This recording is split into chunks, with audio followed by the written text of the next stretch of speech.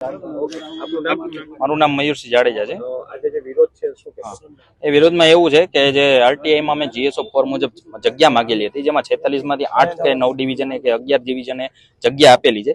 8 division 11 ડિવિઝનની જગ્યા 361 થાય છે, તો તમે સમજી શકો કે ઓન પેપર આરટીઆઈમાં GSO4 મુજબ 46 ડિવિઝનની જગ્યા કેટલી થાય। તો ઓન પેપર મહેકમ છે તો આ લોકોને અત્યારે ભરવી નથી। અમારા લિસ્ટને પૂરું થવામાં ફક્ત ને ફક્ત આજે 15 થી 20 દિવસ વધ્યા છે, અને આયોજન એવું છે કે માર્ચના એન્ડમાં કે એપ્રિલના સ્ટાર્ટમાં લોકોને પાછી એક્ઝામ લેવી। હવે પાછી એક્ઝામ લેવી, કંપનીના ખર્ચ પૈસાનો બગાડ કરવો, તો આ વેઇટિંગ લિસ્ટમાં 91 માર્ક વાળા પડ્યા છે। હજી 91 માર્ક વાળાનો વારો નથી આવ્યો, 90 માર્ક વાળાનો વારો નથી આવ્યો, બરોબર છે। તો હવે એમ કે એ વેઇટિંગ લિસ્ટમાંથી ઓપરેટ કરી અને એ જગ્યા ભરે, બરોબર છે, તો બીજી કોઈ એક્ઝામ લેવાનો મતલબ કઈ રહેતો નથી, બરોબર છે। એટલું જ કહેવાય। આજે વિરોધમાં કેટલા લોકો ભેગા થયા છે? વિરોધમાં આજે 700-800 ભેગા થયા છે ને હજી બધા આવકમાં છે।